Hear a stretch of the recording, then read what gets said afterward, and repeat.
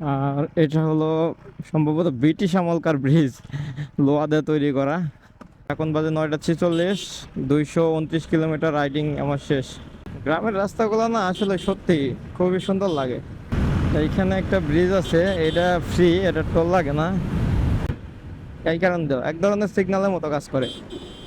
আমি এটাই জানি, আর কোনো কারণ আছে কিনা আমি জানি না। আর রাস্তা একটু আঁকা বাঁকা বেশি, এগুলা গ্রামে দেয় ভাই, কারে নিষেধ করবেন। দেওয়ার জায়গা না থাকলে রাস্তার মধ্যে দিয়ে থুয়ে দেয়, মনে করে রাস্তা তাদেরই। 900 টাকা। বৃষ্টি হলেও সমস্যা, রোদ হলেও সমস্যা। এটাই আসলেই, শীত হলেও সমস্যা, আবার গরম হলেও সমস্যা।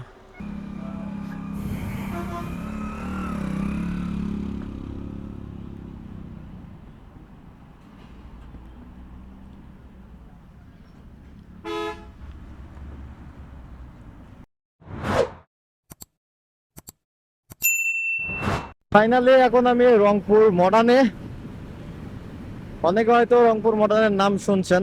এটা হলো সেই রংপুর মডার্ন, যেখানে আমি প্রায় বগুড়ার থেকে 100 কিলোমিটার রাইড করে আসলাম। প্রায় বগুড়ার থেকে 100 কিলোমিটার রংপুরে মডার্ন।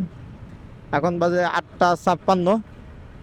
আর হলো আমি রাইড করছি 187 কিলোমিটার টোটাল আমাদের বাড়ির থেকে।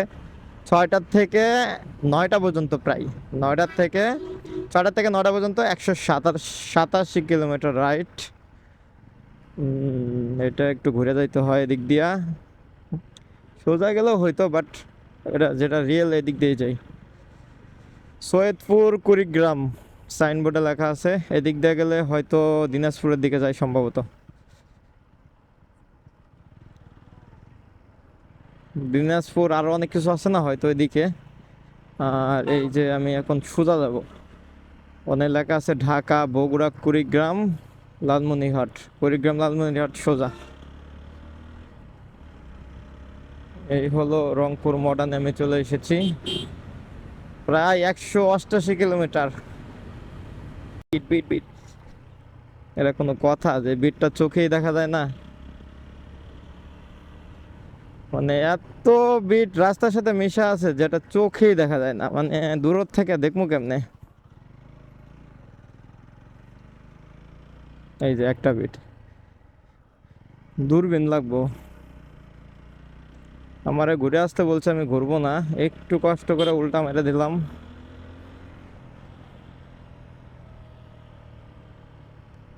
এখন চলে যাবো হলো তিস্তা ব্রিজ মুস্তফার দিকে, তিস্তা ব্রিজের দিকে। ওইখান থেকে মুস্তফির থেকে আপনার ভিতর দিকে একটা রাস্তা ঢুকছে, বাইপাস, ওই বাইপাসে যাব। আমি কুড়িগ্রাম যাব না, কুড়িগ্রাম শহর দিয়ে গেলে অনেক ঘোরা হবে, প্লাস অনেক দেরি হয়ে যাব। আমি শর্টকাট মারতে পছন্দ করি, শর্টকাট নিয়েই চলে যাবো ইনশাল্লাহ। এখান থেকে সোজা, সোজা হলো তিস্তা ব্রিজ। তিস্তা ব্রিজ ওইখানে যে ওইখানে একটা টোল দিতে হয় আপনার 10 টাকা মনে, মোটর সাইকেলের, তিস্তা ব্রিজের জন্য। তিস্তা ব্রিজ নতুন একটা তৈরি হয়েছে সম্ভবত, এটা হলো ইয়াতে আপনার গাইবান্ধা। গাইবান্ধা থেকে মনে হয় কুড়িগ্রামে একটা সংযোগ তৈরি হয়েছে, যেটা এখনও উদ্বোধন হয়েছে কিনা আমি সঠিক জানি না। তারপরে লালমনিরহাট, সোনারহাট, কুড়িগ্রাম, বুড়িমারি। এই রাস্তাটা হলো সিঙ্গেল, এতক্ষণ আসলাম আমরা 4 লেনে। এই রাস্তাটা হলো 2 লেন, সিঙ্গেল রাস্তা। এই রাস্তা মোটামুটি আপনার বাস চলাচল করে অনেক। আপনার রঙ্গামারি থেকে যে বাসগুলো আছে সব এদিক দিয়া। Chilmari 79 kilometre, Kurigram 49 kilometre. রঙ্গামারি লেখা আছে, দেখতে পারলাম না। এই রাস্তার মধ্যে মোটামুটি টানা যায় গাড়ি ভালোই, বাট একটু সতর্ক থাকতে হয়, যেহেতু সিঙ্গেল রাস্তা, কখন কি চলে আসে বলা যায় না। তারপরে চলে যাব শর্টকাট রাস্তা দেওয়া হলো আপনার, ও জায়গার নাম নাকি রঙ্গামারি, মনে পড়তেছে না, এখনই ভুলে গেলাম। নাগেশ্বরী। আমরা এখান থেকে শর্টকাট দিয়ে যাবো নাগেশ্বরী। তারপরে হলো আমার গন্তব্যস্থান, ওখান থেকে 5-7 কিলোমিটার। ওকে, অনেক রাইড করলাম, আর অল্প কিছু রাস্তা বাকি আছে, ইনশাল্লাহ আল্লাহ আমাকে ভালোভাবে পৌঁছায় দিবে। Lalmonirhat 49 kilometre, sorry 39 kilometre. এখান থেকে আমি কিছু অক্টেন নিয়ে যাই, কারণ ওইখানে একটা পাম্প আছে ওদের, যে এলাকায় যাচ্ছি ওই এলাকায়।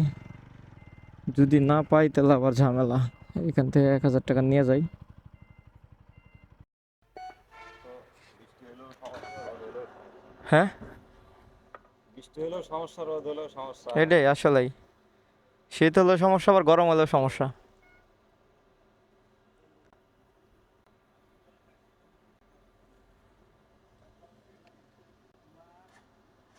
কাছাকাছি পড়ছে, শেষ। আরো মনে হয় যাইতো থাকা, আর নিব না। 1 মিনিট।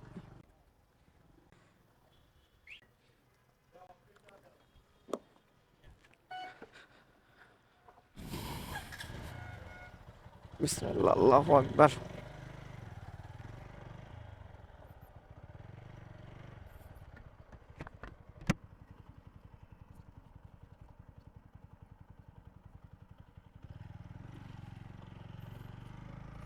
দেখ, 1,900 টাকা তেল নিলাম। 900 টাকা তেল নিলাম এই কারণেই, কারণ ওদের এলাকায় যে তেলের পাম্পটা আছে,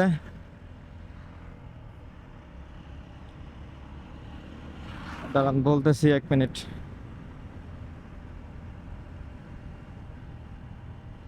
হ্যাঁ, ওদের এলাকায় যে তেলের পাম্পটা আছে, মাঝখানে যে তেলের একটা ঘাটতি তৈরি হইলো। তো কোনো পাম্পেই তেল ছিল না, তো রংপুর তো আরও ছিল না। যেটার কারণে কেমন জানি সন্দেহ লাগতেছে, ওই পাম্পে যদি না পাই, বাই চান্স না পাই, তাহলে তো আমার রংপুর পর্যন্ত তো আসতে হবে। তো সেই তেল তো লাগবে, এই তেলও যদি ওদিকে না পাই, তাহলে তো গাড়ি থুই আমার বাসে যাইতে হইব। এই ভয়ে 900 টাকা তেল নিয়ে নিলাম, ঝামেলা মুক্ত। টাঙ্কি প্রায় ফুলের কাছাকাছি, হয়তো আরো 2 লিটার বা 3 লিটার যাইতো। দেখ, টাঙ্কি ফুল থাকলে নিশ্চিন্ত থাকা যায়, মানে ঢাকা তো ফিরতে পারবো ভাই। এরপরে যদি 1-2 লিটার লাগে, এটা আমি রাস্তাতে ম্যানেজ করে এলাম। কারণ একবার সংকট তৈরি হওয়ার পরে মনের মধ্যে একটা ভয় ঢুকে গেছে গা। এই কারণে লং ট্যুর করতেও খুব ভয় লাগে। এখন আশা করি সমস্যা হইব না, তারপরও।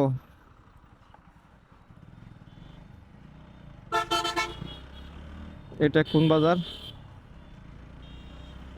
এটা রংপুর কাউনিয়া ট্রাফিক বক্স। মানে এখানে একটা পুলিশ বক্স দেখলাম, ওটাই পড়লাম। এটা হলো কাউনিয়া, রংপুর। ওকে, আমরা সামনে চলে যাই। দাঁড়ায় লাভ নাই, দেরি করে লাভ নাই। আপনার তিস্তা নদীর উপরে যে ব্রিজটা তৈরি হয়েছে, সেটা হলো তিস্তা ব্রিজ। আমি জানি না তিস্তা ব্রিজ আরো আছে কিনা। এই যে তিস্তা ব্রিজ, লালমনিরহাট তিস্তা ব্রিজ। এটার ওই পাশে মোটরসাইকেলের জন্য 10 টাকা টোল দিতে হয়, অন্য অন্য গাড়ির জন্য হয়তো আরো অনেক টোল। মাঝে মাঝে শুনি যে না, তিস্তাতে পানি ভরে গেছে, বা ইন্ডিয়াতে পানি ছাড়ছে, তিস্তা দিয়ে আসতেছে। এটাই সেই তিস্তা ব্রিজ। ওই পারে হলো ট্রেন যাওয়ার রাস্তা।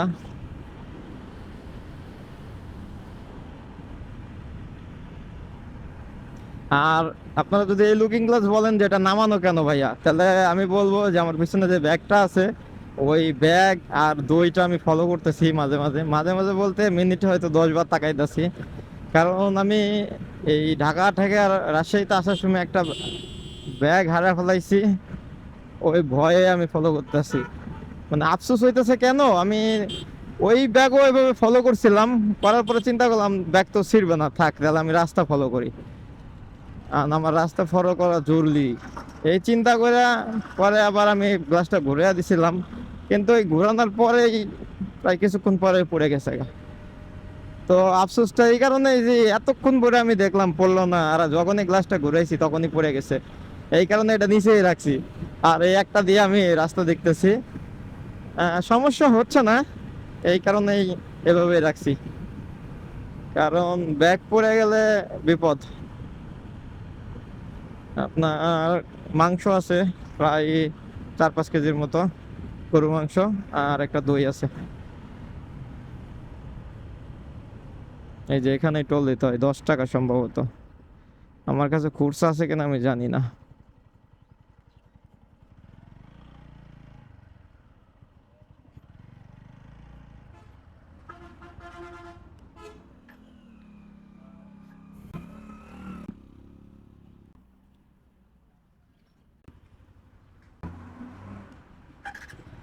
বিসমিল্লাহ।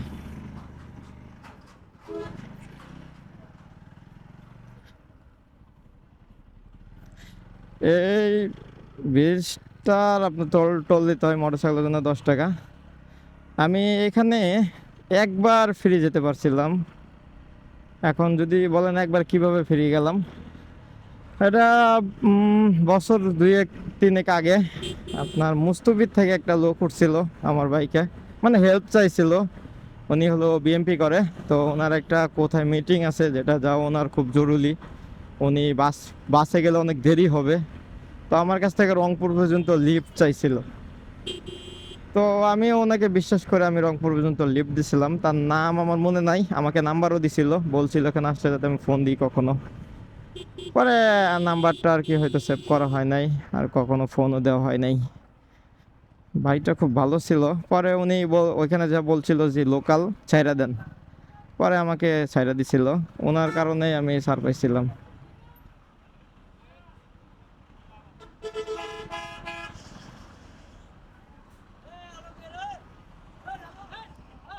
পুরা প্যাচ লাগাই দিছে।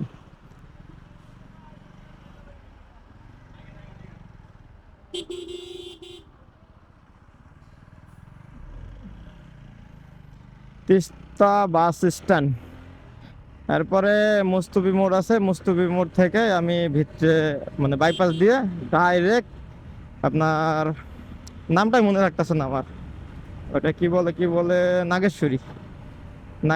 নাগেশ্বরী থেকে একটু দূরে গেলেই আমার গন্তব্যস্থান। অলরেডি চলে আইছি। এদিকটা ঢুইকা কোন দিকটা বাড়ায় চলে যাবো আল্লাহ জানে ভালো, আর ম্যাপ জানে ভালো। এই যে শর্টকাট, এই শর্টকাট দিয়ে এখন হলো আপনার কুড়িগ্রাম শহরে না যাইয়া ডাইরেক্ট আপনার নাগেশ্বরী। আপনার এখান থেকেও মিনিমাম আরো 30 কিলো, এরকমই 20-30 কিলোমিটার। এই রাস্তা যেহেতু গ্রাম সাইডের, এদিক দিয়ে বাইক সেভাবে চালানো যায় না, কিন্তু শহরে যাওয়াচ্ছে আমার এই রাস্তা দিয়ে যাওয়া অনেক ভালো। কারণ মাঝে মাঝে যে বাসগুলো আসতেছে ওইগুলা রেকর্ড করিনি, মানে উড়া ধুরা টানে আসতেছে, হুটহাট ওভারটেক করতেছে। দেখা গেলো কখন আমার চাপ দিয়ে নিচে ফালাইয়া দেবো বলা যাবো না। এই কারণে ডাইরেক্ট শর্টকাট রাস্তা নিয়ে নিচ্ছি। সময় লাগুক, এদিক দিয়ে লাগুক, ধীরে ধীরে চলে যাব। আমি চাইলে এই যে ডাইন পাশের রাস্তায় ঢুকতে পারতাম, ওইখানে সামনে একটা মোড় আছে, মোড় থেকে। কিন্তু আমি না, আগেই ওদিক দিয়ে ঢুকে গেছি, এখন যাইতে থাকি। এই রাস্তাও সুন্দর, কিন্তু আপনার ধীরে টানতে হয়, গাড়ি টানা যায় না, আস্তে ধীরে যাইতে হয়। অনেক সময় ফাঁকা থাকে, আমি কয়েকবার গেছি ফাঁকা পাইছি, আপনার ভালোই টানা যায়। এই যে হুটহাট চলে আসে এমনি।